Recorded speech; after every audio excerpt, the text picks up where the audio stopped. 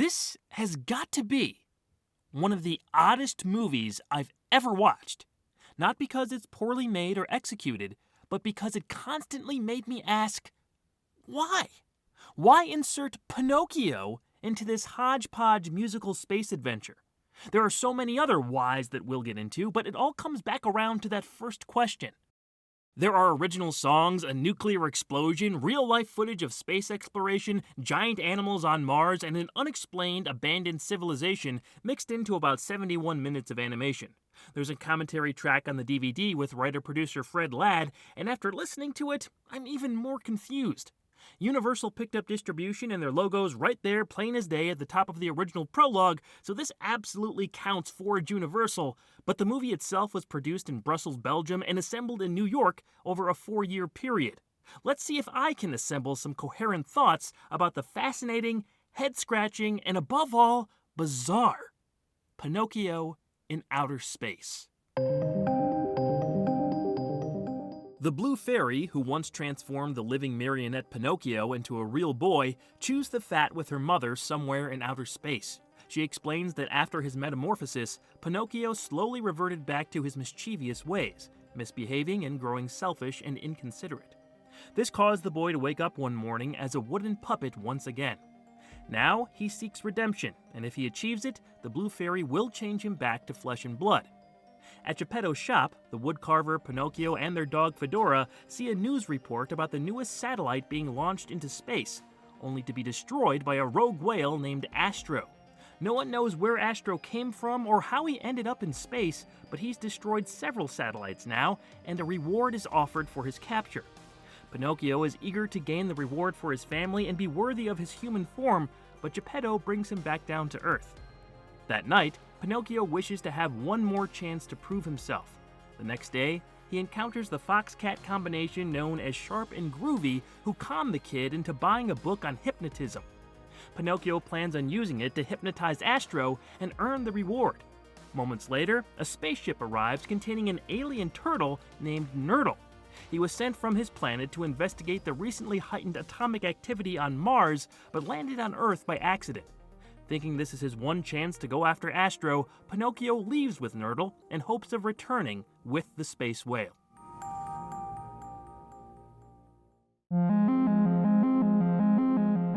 Picture this. You're 5 or 6 years old, spending a Saturday at Grandma's house while your parents and siblings are off doing other things. You're alone in the back room and looking for something to watch on TV. They don't have cable yet, and there are no cartoons on the broadcast channels. So you look through the old VHS tapes your grandparents keep on a dusty shelf. You see a cover that captures your eye. Looks fun enough. You pop that tape in the VCR, and through some bad tracking, the movie starts. You watch it passively, paying attention as much as your little brain will allow. You don't think too much about it, but there's a strange feeling. Something is off. Things don't quite make sense, and you're not sure why. After the movie is finished, you put it back in the box and go on with your day. Many years later, something in your life reminds you of that tape. The more you remember it, the more you recall that strange feeling you had. Something was really weird and unique about that little movie. The next time you visit your grandparents, you go straight to the back room and try to find it, but it's not there. You ask your grandma, you ask your mom if they know where it is, but neither know what you're talking about when you attempt to describe the fuzzy memories. You type any recollection of the plot into an internet search in hopes of rediscovering this anomaly. After a few hours, you finally find an image that brings everything flooding back. Other people discuss having the same memories on forums, and you chase this piece of what feels like your own personal history down to a sketchy eBay store. Against your better judgment, you buy what looks like the same VHS tape, not sure if it's real. When it arrives at your house, you go into your own back room, shut the door, and pop it in a still functioning VCR. The image shows up on one of your old CRT sets. All over again, you experience this piece of childhood. That weird, unique feeling returns, and you realize what you watched is one of the most bonkers things that have ever been made. That's how it felt to watch Pinocchio in outer space for the first time. I never actually had that experience with this movie, but it sure as hell felt like I did. When I first conceived of this series, I went through every Universal Pictures release I could find online. Some I already knew I was going to want to talk about, others identified the studio and I knew I'd have to discuss, but buried in the mid-1960s was this peculiar title. I had to see what this was. What little research I did confirmed to me that I needed to talk about this thing. I have no previous connection to it, I've never seen anyone else talk about it, and no one I've brought it up to has ever even heard of it. Pinocchio in Outer Space almost feels like one of those Mandela Effect movies that don't actually exist. But this does. It's real. And it's even stranger than I could have imagined. So what's the background? How did this oddity reach us? And why is it something I'll never forget? Fred Ladd was known as a producer who westernized overseas animated products. He's credited with introducing American audiences to anime with Astro Boy, Gigantor, and Kimba the White Lion. Pinocchio in Outer Space was a bit of a different beast though. While it was animated in Belgium, most of the sources I could find online, including interviews with Ladd himself, say that this film was always intended for American audiences. Producer Norm Prescott seems to have conceptualized this wild idea, then hired Ladd to write the screenplay, co-produce with him, and direct the American voice actors. Prescott had a ton of producing credits in his career that all started right here. The New Adventures of Superman, Star Trek the Animated Series, the 1975 Ghostbusters series, and many more came after. He also collaborated with Ladd again for the 1972 animated film Journey Back to Oz. The director is listed as Ray Goossens. He looks to have mostly Belgian children's productions to his name on IMDb. Ladd mentions in his commentary that Goossens never made a feature before, and the Belvision Animation Studio had to pioneer a lot of different techniques to make this film. It isn't on the level of Disney or anything, but I will say the animation is well done with a familiar feeling look to the designs. There are several especially impressive sequences that stand out too, so the 4 years spent working on this thing paid off in that way at least. The actors were mostly famous radio voices, according to Ladd. An exception is Arnold Stang, who played Nerdle. He worked in movies and TV for 7 decades, everything from Bonanza and Top Cat to Dennis the Menace and Courage the Cowardly Dog. Are you from another planet? Certainly. The purple planet, Twirtle Dee, west of Twirtledum. Peter Lazer voiced Pinocchio. Ladd said he was 14 or 15 when they recorded his lines, so he's playing a bit younger, but doesn't do a bad job. He had mostly television credits that began in 1956 and stopped in 1967, where we can assume he left the profession. Pinocchio's design is very different from the Disney film and most other incarnations. He's blonde for starters. They don't do much to make him look like a wood-carved puppet either. He's got a cork nose and some lines through his knees, but otherwise, he resembles a pretty normal kid. When he's human, the only real differences are his nose and some freckles. Earlier designs and storyboards have him looking a little more traditional. Kind of. He's sort of like a mix between Olive Oyl and Dee Dee from Dexter's Lab. Ladd said the goal with the story was to make it as close to Carlo Collodi's original as possible with a new twist. For example, instead of sending Pinocchio to Pleasure Island, they send him to Mars. Geppetto, the Fox and the Cat, and the Blue Fairy all make sequelized appearances. Nerdle is a bit of a cricket replacement, and Astro obviously calls to mind Monstro. So there are definitely parallels in character function and story structure, but that was far from my mind while trying to soak all this in. The writer went on for quite a while about how realistic he wanted to make the space elements of the movie. He was striving for authenticity in things like Mars's atmosphere and the terms used by Nerdle to educate Pinocchio. While the film is obviously aimed at a young audience, Ladd was attempting to give adults watching something to think about. He even admitted that certain sequences toward the end may have been a bit too intense for kids. On the DVD, you can watch the original prologue. It's 6 minutes of what I assume was attached to the beginning of the movie when it was in theaters. This is where we see the Universal logo, not on the DVD cut of the feature. It's followed by the narrator teaching us about the possibility of life on other planets with real government-owned footage of our solar system. Some of these shots are described by Ladd, who also has a commentary track here, as very accurate portrayals of our surrounding planets. A rocket launch is shown in detail, there's an abstract, creeping musical score. This goes on for a very long time. I know man's breach into space was a popular topic that captured the public's imagination during that period, but this was a bit over the top.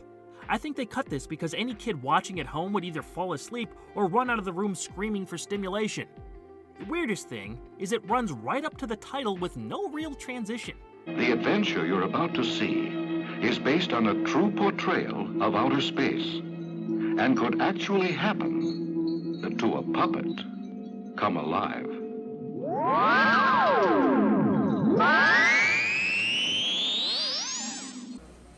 What?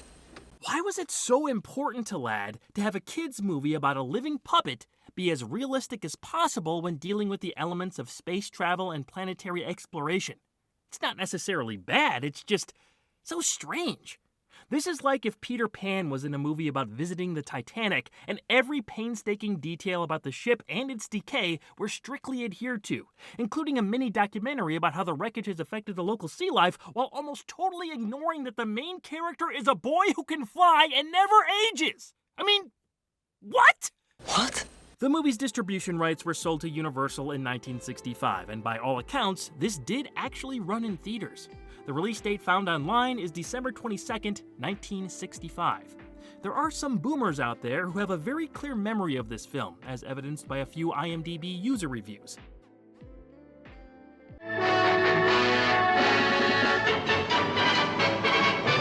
When Pinocchio and Nurdle arrive on Mars, they encounter trouble, having to rescue their ship from hungry giant sand crabs and soon discover an abandoned city.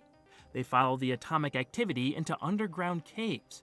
The Martians have been experimenting on Earth-like animals and other creatures, causing them to grow in size. This could explain Astro's presence as an escaped experiment. Suddenly, an earthquake strikes and the caves are demolished. A sandstorm rages outside as Pinocchio and Nurdle get out just in time to watch the entire city go up in a mushroom cloud. Astro then surprises the pair and swallows their ship whole. Despondent, Pinocchio is soon inspired by the Blue Fairy to find a way out through the whale's blowhole. The ship is damaged in their exit, but exit they do. They're chased by Astro, who gets hypnotized by the ship's rhythmic movement. Our heroes hitch a ride back to Earth, but soon realize they'll burn up on re-entry and Astro may destroy the entire planet. Bravely, Pinocchio exits the ship and hooks an anchor to the whale's propulsion spout. He's able to stop the forward momentum, but is gravely injured in the process. Back on Earth, Geppetto, Fedora, and Nurdle worry desperately about his condition. That's when the Blue Fairy arrives to not only heal Pinocchio, but transform him back into a real boy. The whole town celebrates at a fair, where Nurdle leaves for home. His ship zips past the Blue Fairy and her mother, who see a different spacecraft heading towards Earth. The narrator says it's not the end for Pinocchio, as the film wraps up. This is a fever dream, an absolute fever dream. The whole lost civilization on Mars is never shown or explained. It's like Prometheus, we're just left to discover their destructive creations. There are some cool looking set pieces and ideas in here, don't get me wrong, but this whole exploration of the caves under the city is where the film ceases being a kids movie entirely and turns into sci-fi horror. Lad was right, I can see this portion of the film scaring little kids. With that giant atomic explosion animated in such detail, and our main characters being chased by uncanny-looking giant monsters, it is a little intense for our young audience. To be fair, at least one part of the Disney Pinocchio movie freaked me out when I was a very young kid, so maybe this was their version of the donkey transformation sequence. What makes the whole second half so jarring is its juxtaposition against a mostly standard first half.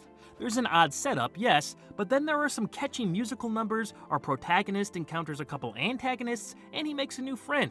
There are even some funny old-school gags here. You're a statue. You can't move.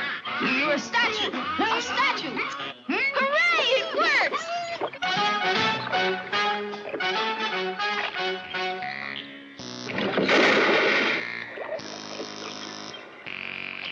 It's the type of cartoony you'd expect. Humorous, light, and bright.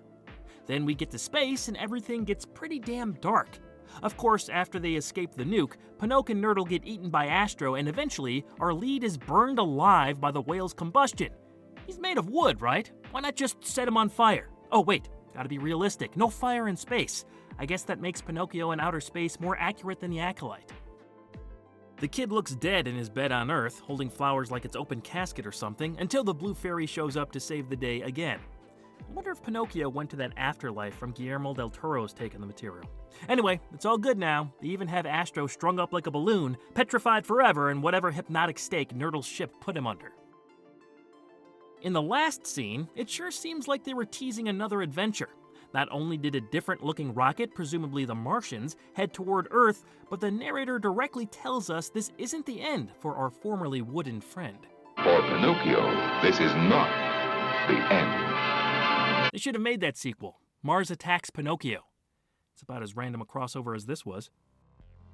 I really don't know what else to say. This isn't a poorly made film, and I think I'd actually recommend it because of how freaking out there nuts it is.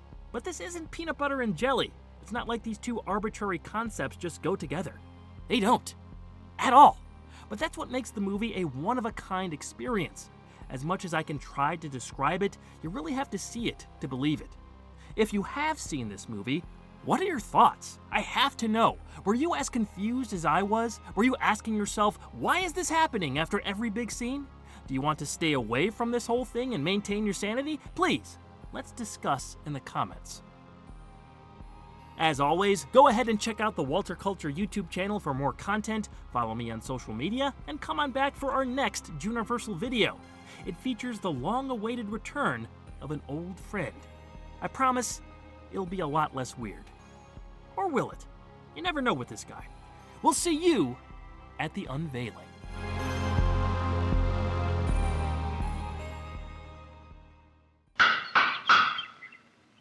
Wooden joints. Too primitive for a robot. Not a robot.